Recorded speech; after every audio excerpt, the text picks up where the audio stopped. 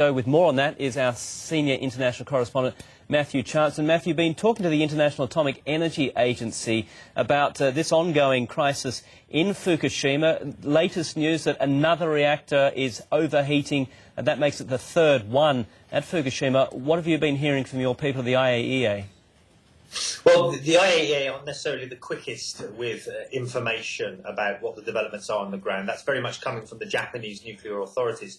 But there's a trust problem with the Japanese. Many people in Japan know that officials there have underplayed the significance of nuclear accidents in the past, and they're worried the same may be true this time. And so the UN's nuclear watchdog agency is fulfilling this role of giving accurate, verified information. It's been giving us some more information within the past few hours about further details about that second explosion at the Fukushima reactor. It says it took place at 11 o'clock in the morning local time in Japan and was caused by a buildup of hydrogen gas in the reactor building.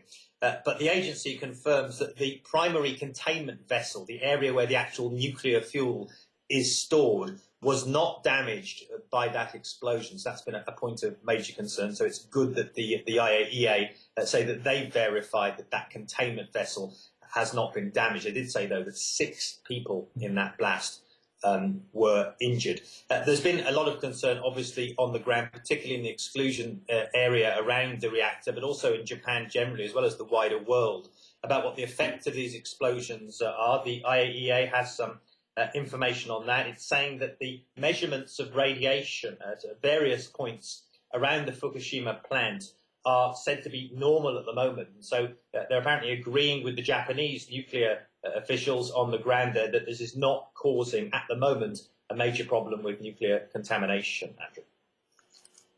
It's interesting because, as you say, this tallies with what the Japanese have been telling the media, Matthew, but there is an issue about trust there. Is the IAEA, does it feel like it has to put pressure on the Japanese authorities to actually get this information out, or are they finding that the cooperation is quite easy?